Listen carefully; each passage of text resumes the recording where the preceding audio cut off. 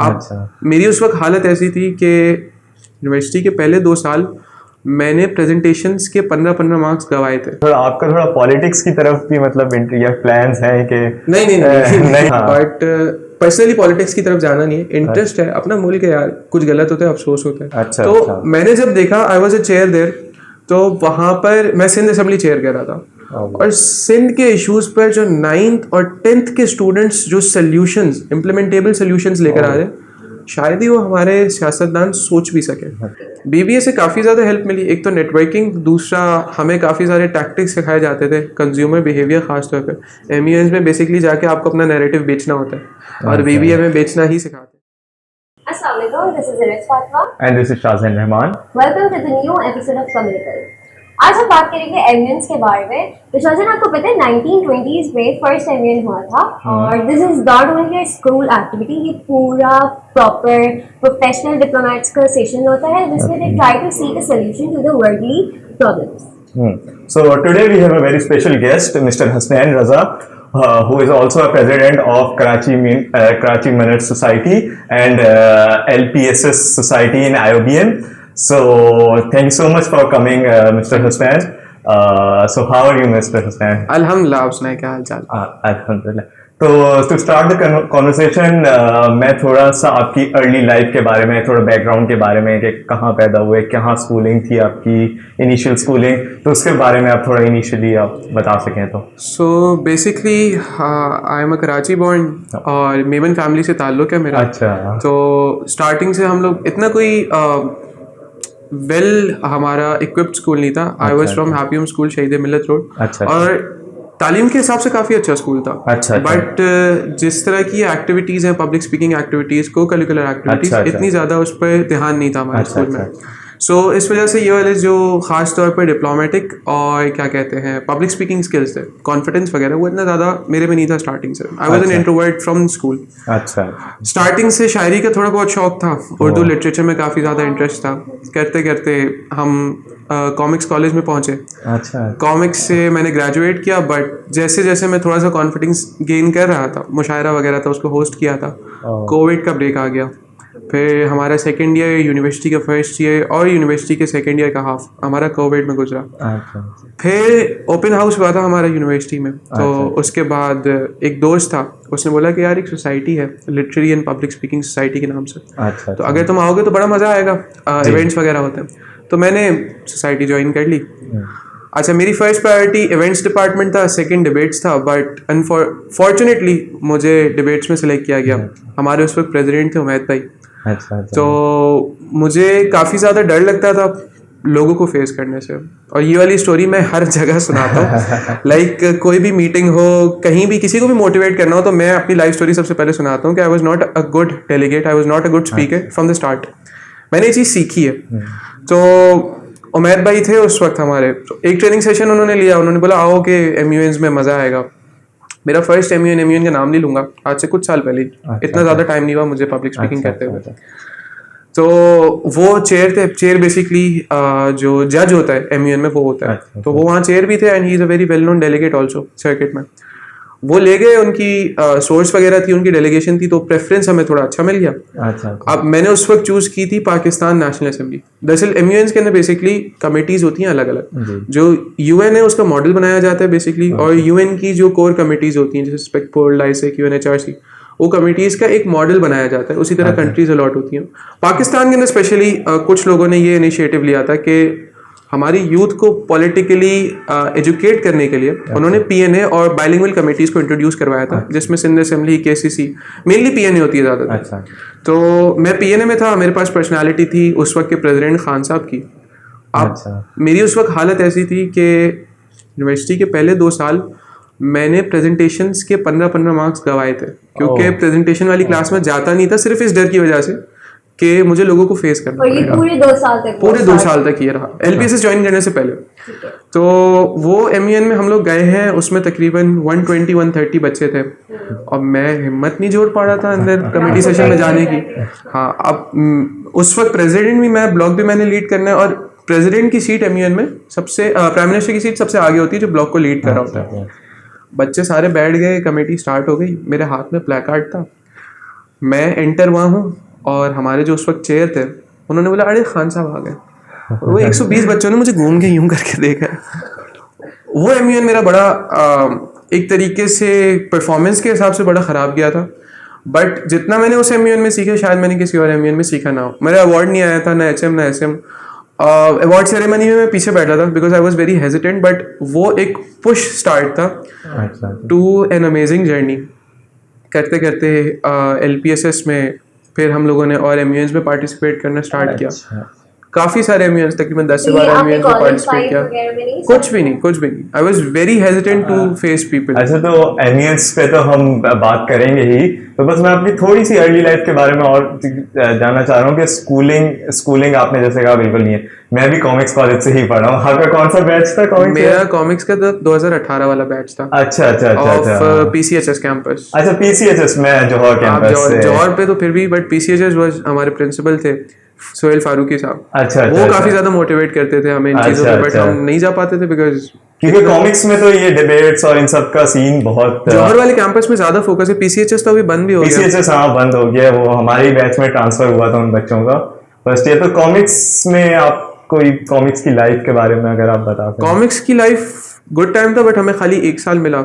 हमारे प्रिंसिपल थे, हम उनको पप्पा कहते थे प्यार से और उनका काफी ज्यादा भरम था। और लाइक जब स्पोर्ट्स गाला होता था हमारा, अच्छा हाँ, तो वहाँ के फड्डे बड़े मशहूर थे। स्पोर्ट्स गाला PCHS जी। तो मेरे काफी ज्यादा, मैं स्पोर्ट्स भी बचपन से इतना ज्यादा नहीं, स्केटिंग आती थी मुझे। अच्छा, बस इन लेवल का मेडल भी है स्केटिंग में, बट इसके अलावा क्रिकेट फुटबॉल वगैरह इतना ज्यादा नहीं।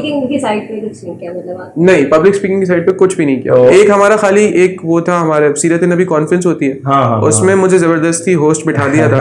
तो वो भी बड़ा डरते डरते किया था, बट कर लिया था हम लोगों ने। वैसे I am from Gulshan A levels city school, तो वो लोग तो बहुत ज्यादा करते हैं, मतलब फोकस ना कि हैप्पी में इतना ज्यादा नहीं था। दरअसल सीन ये था कि कुछ बच्चे सेलेक्टेड थे, उन्हीं को पॉलिश किया जाता था और उन्हीं पे काम किया जाता था। यानी आपकी 4 या 5 बच्चे, मिस फरजाना हसन होती थी हमारी हैप्पी में, उनका इंतकाल हो गया, तो वो देखती थी को-करिकुलर एक्टिविटीज को, तो वो कुछ बच्चे ही थे सेलेक्टेड। हम लोगों को आपने कभी वॉलंटियरिंग ना किया हो? मैंने कोशिश की थी। अच्छा। हम लोगों को उन्होंने कोरस में डाल दिया था। वो स्टार्टिंग में नेशनल एंथम गाते हैं ना असेंबली में, बस हम लोग फिर वहीं तक रहे थे। कोशिश करते करते एंड के प्लेस वगैरह में 1-2 बार पार्टिसिपेट किया था, मगर की बायसनेस भी आ जाती है। बायसनेस नहीं थी उनकी, बट वो दरअसल अपना एक हर किसी का तरीका होता है लेके चलने का। कोशिश उन्होंने बहुत की थी, हम लोग खुद आगे नहीं आते थे most of the time. But happy home education के हवाले से बहुत अच्छा स्कूल था, मेरी बेसिस काफी अच्छी बिल्ड भी थी। अब दरअसल वो भी आ जाते मैट्रिक सिस्टम, फिर सिस्टम का भी एक काफी ज्यादा इन्फ्लुएंस होता है कि बोर्ड के एग्जाम्स आ रहे हैं, आपको प्रीलिम्स देने हैं। O लेवल कैंपस थोड़ा और यानी डेवलप्ड कैंपस था, तो वहां पर था इस चीज़ों का। डिबेट कोचेस वगैरह भी थे, हमारे यहाँ डिबेट कोचेस भी नहीं थे, तो इतना ज्यादा इस चीज के ऊपर फोकस भी नहीं था एमयूएन वगैरह। यानी एमयूएन का वर्ड मैंने कॉमिक्स में आके सुना था फर्स्ट टाइम। अच्छा। हाँ, उससे पहले अब मेरी कोशिश है कि हैप्पीएम से भी अच्छी खासी डेलीगेशंस आए, वहाँ के स्टूडेंट से मैं कनेक्टेड हूँ। अच्छा। हाँ, वो एक नेटवर्क अच्छा बिल्ड हुआ। अच्छा, तो अभी आप IOBM में क्या कर रहे हैं? IOBM में करंटली मेरा फाइनल सेमेस्टर है और BBA कर रहा हूँ, मेजर्स मेरे मार्केटिंग में। ओके, तो डू यू थिंक कि BBA से कुछ हुआ, मतलब हेल्प मिली आपको पब्लिक स्पीकिंग में? BBA से काफ़ी ज़्यादा हेल्प मिली। एक तो नेटवर्किंग, दूसरा हमें काफ़ी सारे टैक्टिक्स सिखाए जाते थे, कंज्यूमर बिहेवियर खास तौर पे। एमयूएन में बेसिकली जाके आपको अपना नैरेटिव बेचना होता है और BBA में बेचना ही सिखाते हैं। तो मुझे BBA से काफ़ी ज़्यादा हेल्प मिली थी, खास तौर पर साइकोलॉजी वगैरह हमारे होते थे, तो उनसे काफ़ी ज़्यादा टैक्टिक्स वगैरह, किसी को अपने पॉइंट पे किस तरीके से कायल करना है, ये चीज़ें काफ़ी ज़्यादा BBA ने हेल्प की मुझे इन एमयूएन स्पेसिफिकली। तो मतलब आपने फिर कराची मिरर सोसाइटी की बात की, तो पहले आप कुछ बताएं कि एमयूएन होता क्या है, क्योंकि कुछ लोगों को पता भी नहीं होता। बस ये होता है एमयूएन है, लेकिन होता क्या है, उसमें क्या होता है, पर्पस क्या होता है, तो उसके बारे में कुछ detail. MUN basically model of United Nations होता है। यूएन इदारा है, वो पूरी दुनिया के वर्ल्ड इश्यूज़ के ऊपर खास तौर पे काम करे। उसमें अलग अलग कमेटीज़ हैं, WHO हेल्थ देख रही है, HRC ह्यूमैनिटेरियन क्राइसिस देख रही है, इसी तरह सिक्योरिटी काउंसिल सिक्योरिटी इश्यूज़ देख रहा है। इसी तरीके से लोगों को वर्ल्ड इश्यूज़ के बारे में एजुकेट करने के लिए ख़ास तौर पे यूथ को एमयूएन्स करवाए जाते हैं। आपने बताया 1920 से ये स्टार्ट हुई, पाकिस्तान में तो ये 10-12 साल पुरानी चीज़ है, बट ये चीज़ वो थी कि सिर्फ जो एलीट स्कूल्स वगैरह थे ये फोकस करते थे इस पर। मेनली यूथ को एजुकेट करना कि वर्ल्ड इश्यूज़ क्या है मेनली, और आपको अथॉरिटी देना ताकि आप उन इश्यूज़ के सोल्यूशंस निकालें। हमारे पास नैरेटिव्स हैं, हमारे पास आइडियाज़ हैं, बट हमारे पास अथॉरिटी नहीं है। तो विद इन 3 days अगर आपके पास अथॉरिटी हो तो आप उन इश्यूज को बेहतर तरीके से इम्प्लीमेंट एड्रेस कर सकते हो और उनके सोल्यूशंस को इम्प्लीमेंट कर सकते हो। तो स्ट्रक्चरल नेटवर्किंग काफ़ी सारी चीज़ें एमयूएन बच्चों को सिखाती थी। तो वैसे क्या होता भी है, मतलब 3 दिन में एक सोल्यूशन निकलेगा या नहीं निकलेगा? आपकी सोच है कितना ज़्यादा हमें पोटेंशियल नज़र आता है हमारी यूथ में।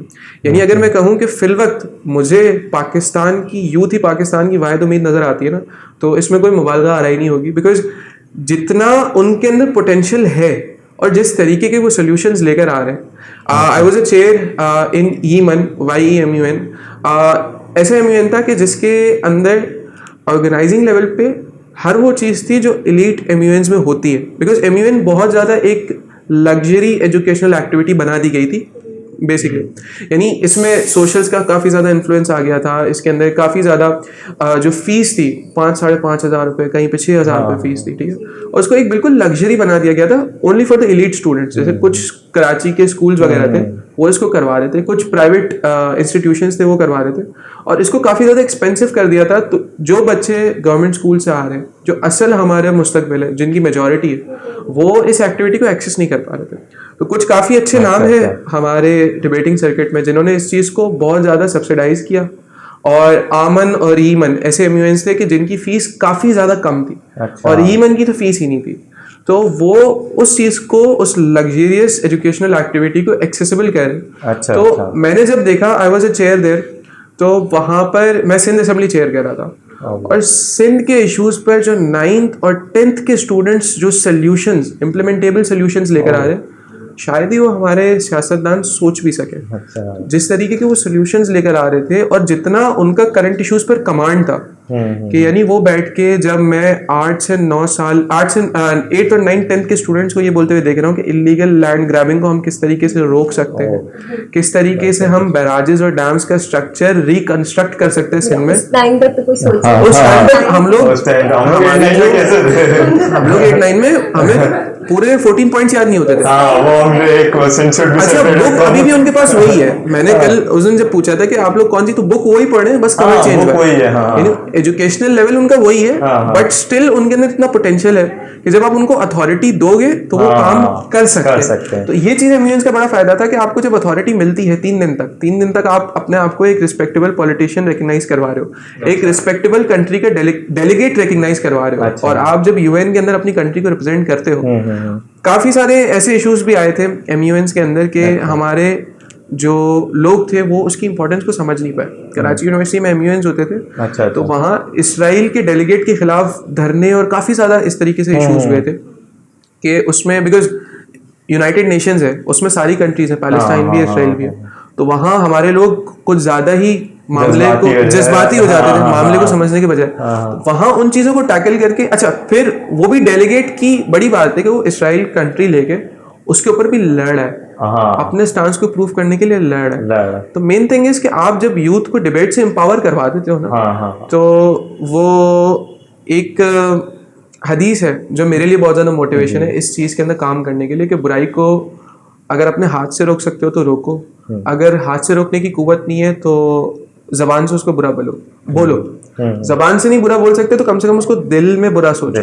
अब हमें ये तो पता है कि बुराई कहाँ पर है, मगर अगर हमने लोगों को इतना एम्पावर करा दिया कि वो बोल सके और वो बुराई को बुरा बोले, तो मेरे हिसाब से हम एक स्टेप ऊपर एम्पावर कर रहे हैं यूथ को, रिलीजियसली भी, और जो उनके हुकूक हैं खास तौर पर उनको लेने के लिए अगर वो बोलना सीखे तो सही गलत की पहचान तो है उनको, अगर वो बोलना सीखे तो मेरे हिसाब से हमारा फ्यूचर बहुत ब्राइट है पाकिस्तान। और इस चीज में आपका भी कंट्रीब्यूशन खास तौर पर अल्हम्दुलिल्लाह, आई रियली फील प्राउड कि थोड़ा बहुत, कुछ इतना ज़्यादा नहीं बट थोड़ा बहुत अगर कुछ हम चेंज को सपोर्ट कर सकते हैं, सो लाइक हमारे लिए ऐसा। अच्छा, ये जो एमयूएन्स होते हैं इनका बेसिकली, क्योंकि अब मुझे इतनी नॉलेज नहीं है, तो क्या प्रोसीजर होता है? जैसे आपने प्रेसिडेंट का बताया कि एक प्रेसिडेंट बैठा होगा, वो होगा, तो इसका पूरा एक स्ट्रक्चर किस तरीके से फॉर्म होता है? तो बेसिकली पहले आ जाते हैं KMS के ऊपर।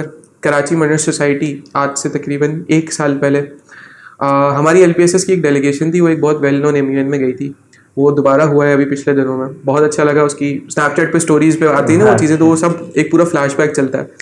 तो हम लोग बैठे हुए थे एक मैं उसका रेस्टोरेंट का नाम नहीं लूँगा, मगर वहाँ मंदी खा रहे थे हम लोग बेसमेंट में बैठ के। तो हम लोगों ने सोचा, अच्छा मेरा पहला MUN था, बहुत खराब एक्सपीरियंस था, बट वहाँ मैंने एक बहुत अच्छी चीज़ की थी कि मैंने जी मैंने जितने डेलीगेट्स थे ना उनके कॉन्टैक्ट्स लेके एक व्हाट्सएप ग्रुप बना लिया था और कराची मनर्स नाम रखा था उनका, ताकि मुझे बड़ा अच्छा लगा था कि एजुकेशनल एक्टिविटी हम लोग सब कनेक्टेड हैं, बिकॉज एक बहुत डाइवर्स वहाँ पर सिचुएशन थी कि जामिया कराची से भी बच्चे, IOBM से भी हैं, जाबिर से भी हैं, IBA से भी हैं, और सब एक साथ बैठ के कनेक्ट इशू पर डिबेट करें। मुझे बड़ा अच्छा लगा था बिकॉज हमारे यहाँ इलीट इंस्टीट्यूशंस और नॉर्मल इंस्टीट्यूशंस के आपस में बहुत ज़्यादा गैप्स हैं, कम्युनिकेशन गैप्स हैं, सही है। तो वहाँ सब एक सब गैप्स ब्रिज हो गए थे, तो मुझे वो चीज़ बड़ी अच्छी लगी थी। मैंने एक ग्रुप बनाया था कराची मनर्स के नाम से। हम लोग वापसी आ रहे थे, मेरे साथ कुछ मेरे बहुत से दोस्त थे जिनको आप जानते भी हैं, प्रेसिडेंशियल बॉडी में भी थे। तो हम लोगों ने बोला कि यार लेट्स डू दिस, कि हम लोग एक सोसाइटी बनाते हैं, एक दो और सोसाइटीज़ थी, और कुछ ना कुछ हमारा अपना जो हम पार्ट प्ले कर सकते हैं, हम वो पार्ट प्ले करें। तो मेरे साथ कुछ लोग थे, हम लोगों ने वहीं पे पोजीशंस वगैरह डिसाइड की, मंदी खाते हुए हम लोगों ने पोजीशंस डिसाइड की। एक दो और दोस्त थे, उनको रीच आउट किया, उनको ऑन बोर्ड लिया, और हम लोगों ने बहरहाल सोसाइटी लॉन्च कर दी। अब हमारी सोसाइटी फिजिकल एग्जिस्टेंस नहीं है, ना किसी को कितना एक्सपीरियंस है। मैंने भी उस वक्त 4-5 MUNs किए हुए थे। अब टीम इतनी ज़्यादा, कुछ लोग थे टीम में जो बहुत ज़्यादा एक्सपीरियंस थे, बाकी लोग नहीं थे। करते करते करते हम लोगों ने KMS फॉर्म की। फिर हम लोगों ने सोचा कि यार आने के लिए सर्किट के अंदर नोन होने के लिए हम लोग सबसे पहले एक डेक्लेमेशन कंपटीशन कराते हैं। Declamation is basically conventional debate, जिसके अंदर स्पीच कंपटीशन। ये कितने टाइम पहले ये फॉर्म हुई है वैसे? सोसाइटी को तकरीबन 1.25 साल से ऊपर होने वाला है। और हमारा जो डेक्लेमेशन था वो 12 अगस्त को ताबीर के नाम से था। दैनिक लॉ स्कूल में हम लोगों ने ही करवाया था। डेक्लेमेशन और MUN अलग है जी, बहुत अलग है और बहुत ज्यादा बीफ है आपस में। लाइक जो डेक्लेमेशंस जो लोग करते हैं वो समझते हैं MUNs वाले कुछ नहीं करते, समझते थे ऐसे, अब तो काफी हद तक मामला बेहतर है। और जो MUNs करते थे वो समझते थे कि यार डेक्लेमेशन तो कुछ होता ही नहीं, क्या रट्टा मार के तकरीर सुना। पहला इवेंट डेक्लेमेशंस करवाया, और जो हमारे जजेस थे मैम नूर सब्बा और सर रिजवान जैदी वगैरह, ये काफ़ी वेल नोन जजेस थे। हमारे पास सर ज़ीशान इकबाल थे, अब्दुल्ला जमाल, सैयद उमर काज़मी, बहुत वेल नोन जजेस थे ये लोग डेक्लेमेशंस के। तो उन्होंने भी ये बात पॉइंट आउट की कि एक बहुत अच्छा जेस्चर था कि MUN सोसाइटी, कराची मनर सोसाइटी एक डेक्लेमेशन कंपटीशन करा रही है। हमारा बहुत सक्सेसफुल डेक्लेमेशन कंपटीशन था, यानी हमारा हाउसफुल था, अराउंड 54 स्पीकर्स थे हमारे पास एक डेक्लेमेशन में। यही था कि ये वाला जो गैप है इसको थोड़ा कम, ये तो वहमो गुमान में भी नहीं था कि ये हो रहा है। हम लोगों का मेन डेक्लेमेशन करवाने का मकसद ये था कि अगस्त था, तो हम लोग चाह रहे थे कि कुछ इस तरीके का कंपटीशन हो जिससे हम अपनी टीम की कैपेबिलिटी टेस्ट कर सकें। तो हम लोगों ने बोला कि MUNs basically 3 day 4 day events होते हैं। हम लोगों ने बोला एक 1 डे इवेंट करवाते हैं पहले। सही। हम लोगों ने पहले SSKDC करवाया हुआ था IOBM में। तो हमें आइडिया था कि डेक्लेमेशन किस तरीके से होता है। तो उस वक्त हम लोग एग्जीक्यूटिव पोजीशंस पे थे, तो काफ़ी सारी चीज़ें हमारे लिए आसान थी। डेक्लेमेशन हमारा बहुत अच्छा हुआ था। One of the biggest private declamation competition of Karachi था वो, ताबीर के नाम से था। अभी भी लोगों को याद है वो कॉम्पिटिशन, सोशल मीडिया पर भी काफ़ी ज़्यादा वायरल हुआ था। उसकी वजह से हमारे YouTube चैनल भी बहुत अच्छा बूस्ट हुआ था, और एक सोसाइटी का नाम बन गया था कि KMS ने ये वाला इवेंट करवाया है। सोसाइटी इन हो गई, सोसाइटी को थोड़ा सा यानी एक नॉन सोसाइटी जाने लगी। करते करते फिर हम लोगों ने बोला कि यार कराची मनर सोसाइटी है तो एक MUN भी करवाना चाहिए। तो हमारा 8 till 10 दिसंबर को हमारा मनैक्सिस के नाम से इवेंट था। ये प्रॉपर मॉडल यूनाइटेड नेशंस था। 6 कमेटीज़ थी हमारे पास, उसमें से 5 UN कमेटीज़ थी, एक हमारे पास बाइलिंगुअल कमेटी थी which was Pakistan national assembly. तो आपका सवाल कि MUNs बेसिकली स्ट्रक्चर क्या होता है? MUNs का स्ट्रक्चर ये होता है कि जिस तरह अगर हम इंटरनेशनल कमेटीज़ की बात करें, लेट्स से स्पेकफुल, तो जैसे स्पीकर होता है नेशनल असेंबली का, इस तरह UN कमेटीज में भी स्पीकर्स होते हैं, चेयर्स होते हैं, डाइस जो होता है। तो डाइस मेंबर्स ROPs वगैरह के हवाले से काफ़ी ज़्यादा जो MUNs करते हुए आ रहे हैं, जो अकेडमिकली बहुत स्ट्रॉन्ग है, उनको हम बुलाते हैं, वो चेयर करते हैं, जज करते हैं, और वो रिकग्नाइज करते हैं जितने डेलीगेट्स होते हैं। बेसिकली डेलीगेट्स में अगर आप रजिस्टर करते हैं स्पेक पोल में, तो आपको कोई ना कोई एक कंट्री अलॉट हो जाएगी, सही है। अब 3 दिन तक आपको कोई भी इशू है उसके ऊपर अपनी कंट्री बन के रिप्रेजेंट करना है उस इशू को। यानी 3 दिन तक आप जो है आप वो नहीं है, आप 3 दिन तक वो उस कंट्री country के में, रिप्रेजेंटेटिव है। जैसे यूनाइटेड नेशंस का सेम मॉडल है जी, कि जी, वो same। बैठे हुए होते हैं सारे पाकिस्तान जी, इंडिया जी। सबके बैठे हुए। हाँ 3 दिन तक अगर आप हाँ। ऑस्ट्रेलिया हैं, आप अच्छा, अच्छा। पाकिस्तान है, आप पाकिस्तान है, आप अच्छा, इसराइल ये है, आप इसराइल को प्रेजेंट आप कर रहे हैं। बाय चॉइस कर सकते हो या आपको अलॉट नहीं, बाय चॉइस नहीं होती, आपको अच्छा, अलॉट की जाती अच्छा, है। अच्छा, अच्छा। मेनली ये होती है कि कुछ कंट्रीज बहुत ज्यादा इंपॉर्टेंट होती हैं, तो अच्छा, पहले अच्छा। उन कंट्रीज, अगर आप जल्दी रजिस्टर करें तो आपको वो कंट्रीज मिल जाती है। अच्छा, थोड़ा अच्छा। लेट रजिस्टर करें तो थोड़ी कम इंपॉर्टेंट कंट्रीज मिलती हैं आपको। अच्छा, अच्छा, अच्छा। बट ये एमयूएन का प्रॉपर जो स्ट्रक्चर होता है, यूनाइटेड नेशंस का स्ट्रक्चर होता है, वही फॉलो करता है। जैसे अच्छा। आप जैसे इसराइल पैलेस्टीनियन इशू है, अगर ये डिस्कस हो रहा है तो इसके अंदर सबसे ज्यादा मेजर रोल जो प्ले कर रहे हैं वो इसराइल, पैलेस्टीनियन, यूएस, रशिया, ये जो इंपॉर्टेंट कंट्रीज है, खासतौर पर P5 कंट्रीज, वो अगर आप पहले रजिस्टर करें तो पहले अलॉट हो जाती है। और फिर 3 दिन तक भले आपके पर्सनल व्यूज जो भी हैं इसराइल और पैलेस्टीनियन इशू में, आप 3 दिन तक आपको जो कंट्री मिली है, अगर वो इसराइल को सपोर्ट करिए तो आपको 3 दिन तक इसराइल को सपोर्ट करना पड़ेगा। अगर आप अपने पर्सनल व्यूज के साथ जाते हैं या अपने कंट्री के स्टांस के खिलाफ जाते हैं तो आपके पॉइंट्स वहां पे माइनस होते हैं। अच्छा। और अगर कोई कंट्री आपको अपने स्टांस पे कायल कर ले हाँ। तो वो उस कंट्री की डिप्लोमेसी होती है। यानी अच्छा। एमयूएन का सबसे बेहतर मेरे हिसाब से फायदा ये है कि आप एक तो अपनी बात सामने रखते हो और दूसरों को अपने पॉइंट पर कायल करते हो, यानी आप पब्लिक स्पीकिंग के साथ साथ डिप्लोमेसी भी सीख रहे हो। So that's a very good thing for MUN. इसी तरह हमारी केएमएस बनी, हम लोगों ने मनएक्सिस करवाया और मनएक्सिस was also a very good event. अभी तक स्टोरीज रिपोस्ट हो रही है मनएक्सिस की, मैंने कल ही देखा, तो एक बहुत अच्छा एक्सपीरियंस रहा हमारी सोसाइटी के लिए, अल्हम्दुलिल्लाह। अच्छा, अच्छा। और केएमएस पे कितने लोग आपके साथ हैं? केएमएस में हमारे पास, अगर हमारी टोटल टीम हम देखें तो 100+ हमारे पास स्टूडेंट्स हैं। करते करते करते करते 70-75 रह जाते हैं। हर साल हर इवेंट से पहले हमारी रिक्रूटमेंट ड्राइव होती है, अच्छा। जिसमें न्यू स्टूडेंट्स को ऑन बोर्ड लिया जाता है। हमारे पास कराची के तकरीबन इंस्टीट्यूट से हमारे पास कुछ ना कुछ रिप्रेजेंटेशन है और we are working for a cause to empower youth. तो किसी की कोई पर्सनल ग्रज नहीं है, पर्सनल कोई लालच नहीं है, सब यूथ को एम्पावर करने के लिए एक अच्छे कॉज पर साथ बैठते हैं। हम लोग जब साथ बैठते हैं इतने डाइवर्स बैकग्राउंड से, कोई कोरंगी से आ रहा है, कोई डीएचए से आ रहा है, कोई लाइन डी से आ रहा है, बट हम लोग जब साथ एक इशू पर बैठते हैं तो we are all on same page. मेरे हिसाब से जो हम लोगों ने इलीट्स और डाइवर्स ओपिनियंस आते हैं हमारे। इसमें कभी प्रॉब्लम्स वगैरह नहीं हुई जैसे स्टार्ट में हमें थोड़ा सा इशू हुआ था रिक्रूटमेंट के टाइम पे कि हमारे पास इतनी ज़्यादा रिक्रूटमेंट नहीं आई थी, हमारे पास टीम बहुत शॉर्ट थी। बट मनएक्सिस से पहले हमारे पास टीम अच्छी खासी थी। हम लोगों का एक पॉलिसी ये भी है कि जो प्रेसिडेंशियल बॉडी होती है वो टेन्योर वाइज चेंज होती है। तो जैसे टेन्योर हमारा 1 साल का होता है। अब हमारा टेन्योर जो था 1 साल का, उसमें हम लोगों ने 2 इवेंट्स कराए, हमारा टेन्योर खत्म हो चुका है, ठीक है। अब न्यू जो लोगों ने अप्लाई किया था प्रेसिडेंशियल बॉडी के लिए, वो लोग सेलेक्ट हो चुके हैं, ठीक है। उनको इंशाल्लाह फेब 1st या 2nd वीक में रिवील कर दिया जाएगा। सो इट्स नहीं, उसमें हम लोग नहीं है। जो प्रेसिडेंशियल बॉडी होगी वो उसके अलावा लोग होंगे, जो हमारे एग्जीक्यूटिव्स थे, जो डायरेक्टर्स थे, जिन्होंने काम किया सोसाइटी के लिए। When you get a position, when you get promoted, आपकी मोटिवेशन और बढ़ जाती है।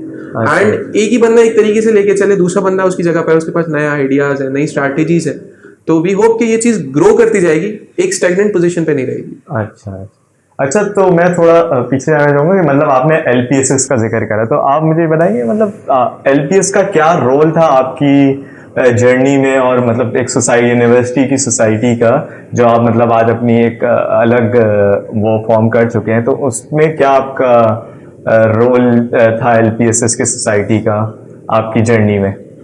Literary and Public Speaking Society of Institute of Business Management is my heart and soul. ये सोसाइटी ने जितना मुझे ग्रूम किया है ना, शायद पिछले जो इंस्टीट्यूशंस थे उन्होंने मुझे इतना ग्रो नहीं किया। एमयूए खास तौर पर एलपीएसएस में आई फाउंड माई फैमिली। काफ़ी ज़्यादा अच्छी मेरी दोस्तियां बनी, और जितना हम लोगों ने प्रोडक्टिवली इस सोसाइटी को यूटिलाइज किया। यूनिवर्सिटी की सोसाइटीज बेसिकली खाली तफरी के लिए होती है, बट मैं ये कह सकता हूँ कि मुझे यूनिवर्सिटी ने जितना ग्रूम किया ना, उससे ज़्यादा मेरी सोसाइटी ने मुझे ग्रूम किया। तो स्टार्टिंग से पहले तो उमैद भाई हमारे थे मेंटोर, जिन्होंने मुझे पब्लिक स्पीकिंग का शौक मुझे उस बंदे को देख के स्टार्ट हुआ कि यार जिस तरीके से ये बंदा बोलता है ना, मुझे ऐसे बोलना सीखना। काफ़ी गाइड किया, ट्रेनिंग सेशंस वगैरह लिए, वो बाकायदा खुद लेके जाते थे एमयूएन्स के अंदर हमें। 2-3 अच्छे खासे एमयूएन्स में हम लोगों ने उनके साथ पार्टिसिपेट किया, काफ़ी ज़्यादा टिप्स वगैरह उन्होंने दी हमें, और लाइक प्रॉपर्ली ग्रूम किया। यानी वो डेलीगेट्स को, अपने सोसाइटी के जो बच्चे थे उनको प्रॉपर्ली ग्रूम करते थे। करते हुए उनका टेन्योर खत्म हुआ, फिर हमारी नई टॉप आई, उसमें मेरे पास एग्जीक्यूटिव डायरेक्टर की पोजीशन थी। उस टॉप का मैं बहुत ज़्यादा शुक्रगुजार हूँ, that was also my family. उन्होंने मुझे पावर दी कि आपके पास ये पावर है, आप एक्सरसाइज करें इस पावर को। मैंने जितना कुछ सीखा था, 2 नाम लूंगा, नबिया बाजी एंड एमन मनियार, उन्होंने मुझे बहुत ज़्यादा हेल्प किया। हुज़ैफा भाई भी हमारे साथ थे हर पोजीशन पे।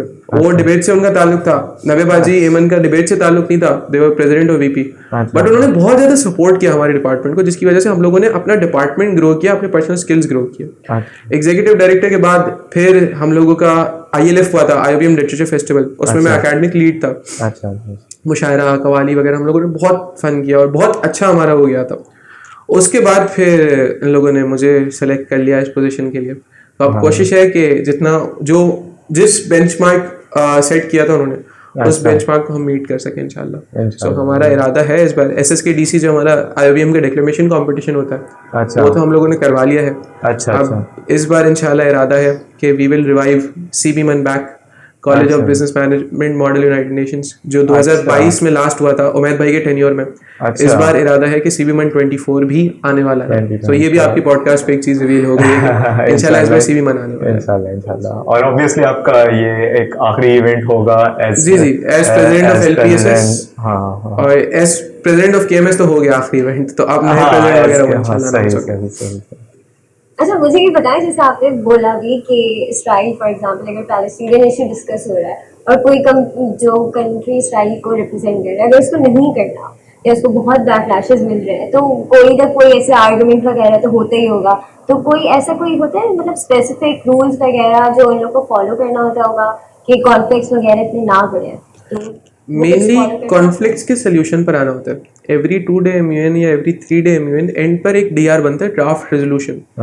जितनी डिस्कशन आपकी हुई होती है, जितने सोल्यूशंस प्रपोज हुए होते हैं, वो सारे सोल्यूशंस आते हैं DR के अंदर।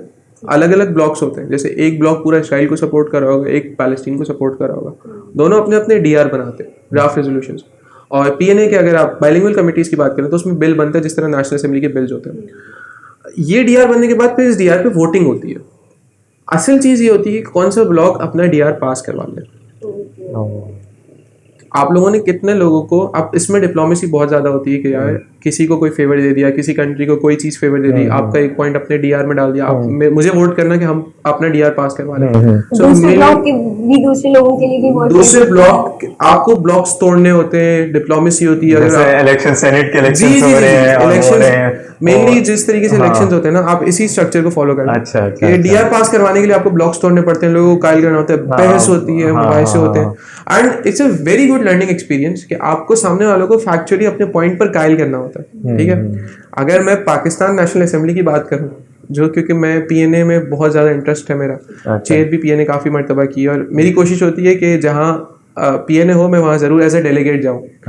तो PNA के अंदर बेसिकली बहुत ज़्यादा मज़ा आता है, क्योंकि एक तो इश्यूज वो होते हैं जो हम खुद फेस कर रहे हैं। तो ये 3 दिन तक हमारे पास ऐसी पावर आना एक पॉलिटिशियन लेवल की कि हम लोग खुद रूल्स बना सके, फील भी आ रही होती है। आप अगर PNA देखें तो बच्चे ड्रेस होके आते हैं, बगैर अगर कोई किसी स्पेसिफिक पार्टी को सपोर्ट कर रहा है। इसमें बहुत ज्यादा भी है, MUN में ये बहुत ज्यादा सोचा जाता है, बस आप 3 दिन जाओगे ड्रेस वगैरह करके सोशल मिलेंगे।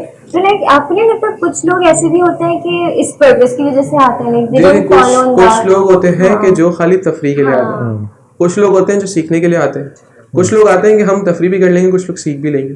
तो मैं तो बेसिकली स्टार्टिंग में तफरीह के लिए ही गया था कि यार कुछ बोलेंगे नहीं, बट फिर करते करते करते कि एक अच्छा लर्निंग एक्सपीरियंस हो जाता है। वैसे ये कैसे पता चलेगा लाइक कि हम पब्लिक स्पीकिंग की तरफ जा सकते हैं?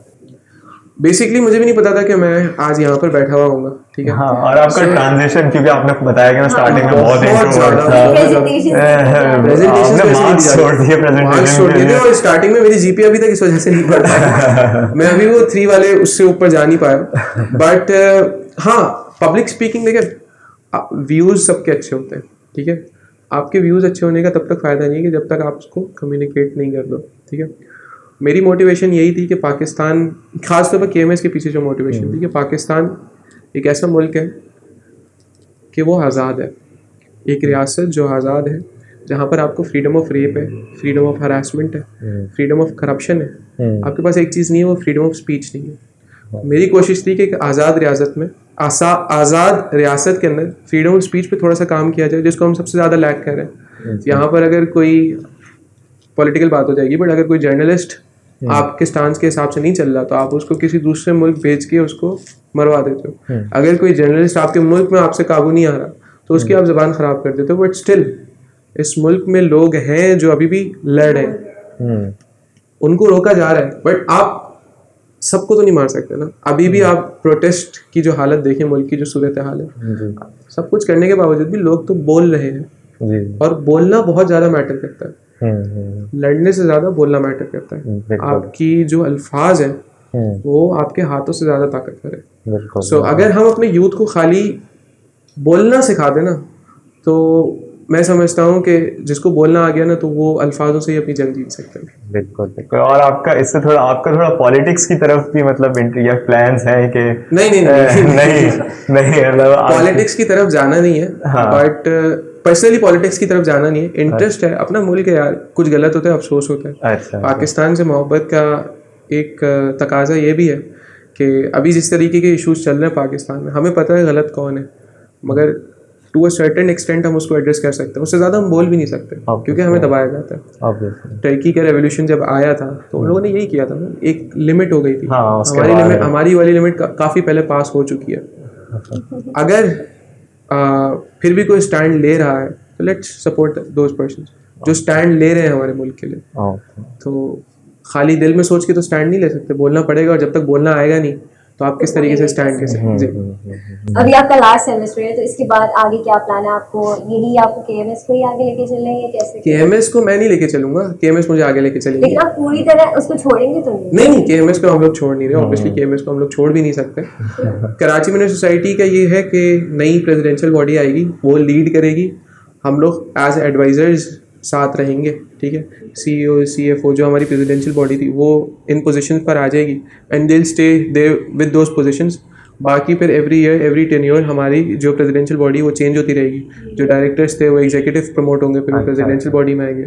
हर साल नए मेंबर्स हम रिक्रूट करेंगे। तो ये एक प्रॉपर एक प्रोसेस है जो कि स्टार्ट कर दिया है हम लोगों ने, और वो एक ऑन ट्रैक आ चुका है। तो अब लेट्स होप कि केएमएस डज वंडर्स। तो मतलब बेसिकली केएमएस कोई इंडिविजुअल बेसिस पे नहीं चलता रहेगा। केएमएस हमारे होने से, हमारे रहने से, हमारे जाने से केएमएस पे कोई फर्क नहीं। जी अच्छा। जैसे मैंने देखा था एम्यूएंस जो थे वो बहुत ज़्यादा पहले बहुत ज़्यादा हो रहे थे। 2019-20s में बहुत पीक पे थे, हर जगह एम्यूएंस हो रहे थे। 16 से जो 19 तक का जो पीरियड था ना वो एम्यूएंस की पीक का पीरियड था। यानी काफ़ी ज़्यादा लाइक महीने के अंदर 4-4, 5-5, 6-6 एम्यूएंस हो रहे थे। एकदम से ब्रेक लेता। That was because of COVID.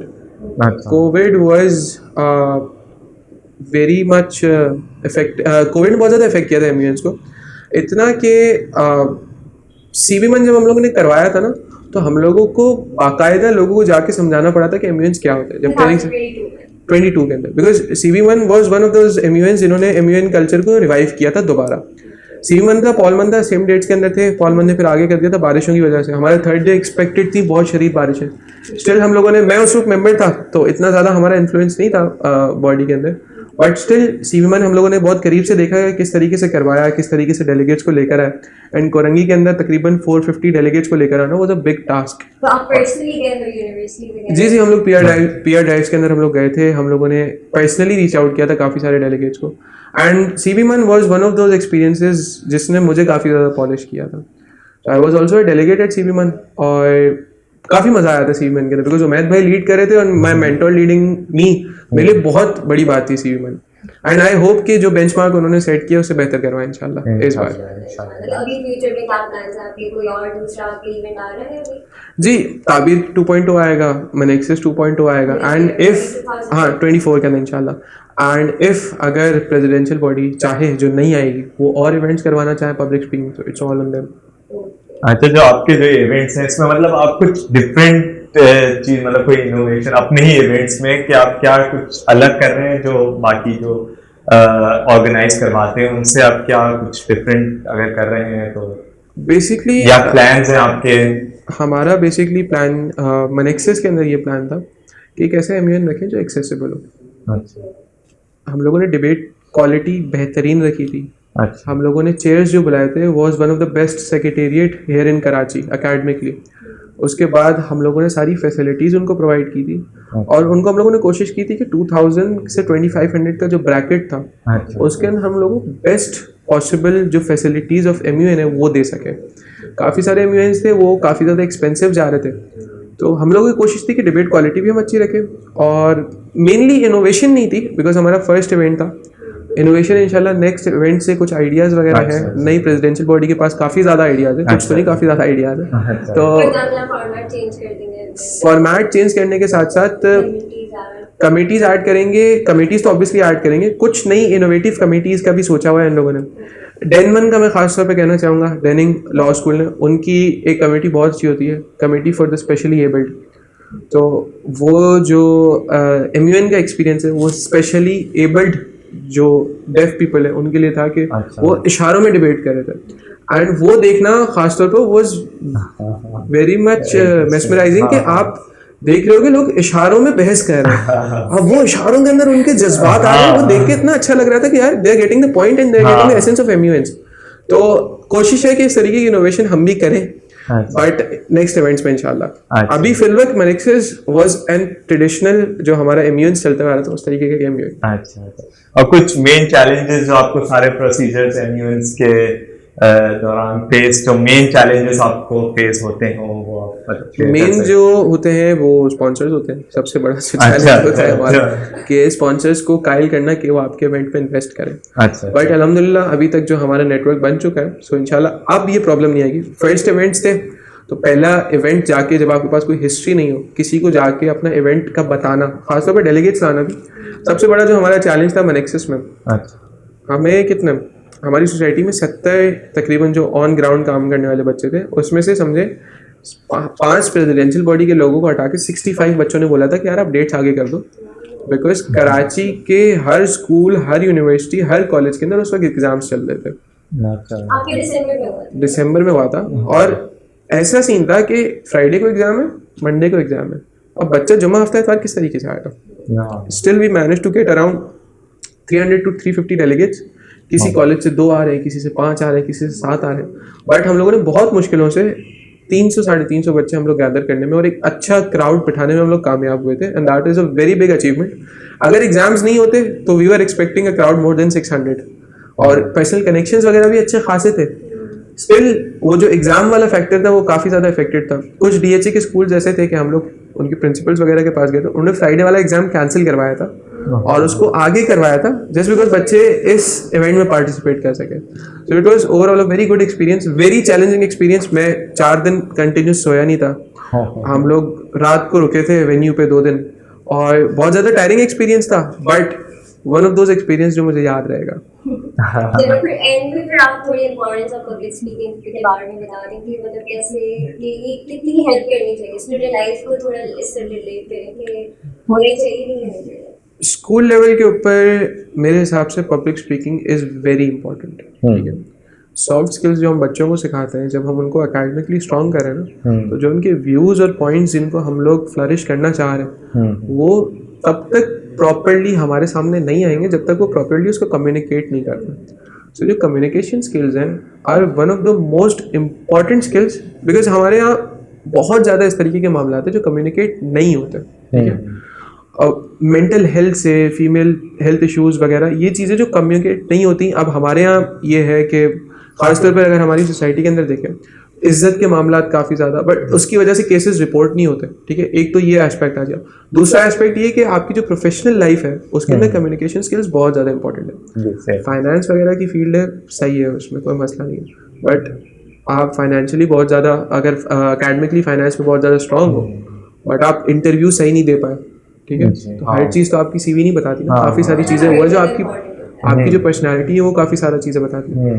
तो from school life till university till professional life आपके लिए जो कम्युनिकेशन स्किल्स हैं वो बहुत ज़्यादा इंपॉर्टेंट है। सो आई फील लाइक कि हर स्कूल में जिस तरह एकेडमिक्स पे फोकस होता है इस तरह डिबेटिंग पे भी फोकस होना चाहिए। अब काफ़ी ज़्यादा एक बेहतर रेवोल्यूशन आ रहा है कि हर स्कूल में अब डिबेटिंग कोचेज होते हैं और हर स्कूल अपना MUN करवा रहा है। सो आई होप कि ये स्किल्स ज़्यादा इंप्रूव हो, and we are also trying कि हम इसको जितना इंप्रूव कर सके उतना इंप्रूव करें। और एक बस लास्ट क्वेश्चन कि आप अपने KMS जो आपकी वो है वो आप कहाँ देख रहे हैं नेक्स्ट 5 years में या नेक्स्ट 3 years में, आप मतलब क्या हम इंटरनेशनली रिकग्नाइज सोसाइटी देख रहे हैं। जो मेरा पर्सपेक्टिव है, जो मैंने अभी तक अपने जो सब ऑर्डिनेट्स हैं उनमें मैंने जो पोटेंशियल देखा है इंशाल्लाह they're going beyond stars. Inshallah. Thank you Thank you अच्छा so लगा much. आपसे बात करके और आई होप जो एवियर और डिक्लेमेशन का जो है डिफरेंस वो भी क्लियर हुआ होगा और जो इम्पोर्टेंस ऑफ पब्लिक स्पीकिंग है वो भी होगा तो thank you Thank you so much. Thank you guys for having me. ठीक है. Thank you guys for watching our podcast. To support Avians in Pakistan, you can follow the page of Karachi Minute Society. The link of their page is attached below. Also join our community channel which is Communicals, जो जिस platform पे हम सारे students को एक जगह align कर रहे हैं. So do join it and thank you so much. And subscribe our YouTube channel as well. Thank you.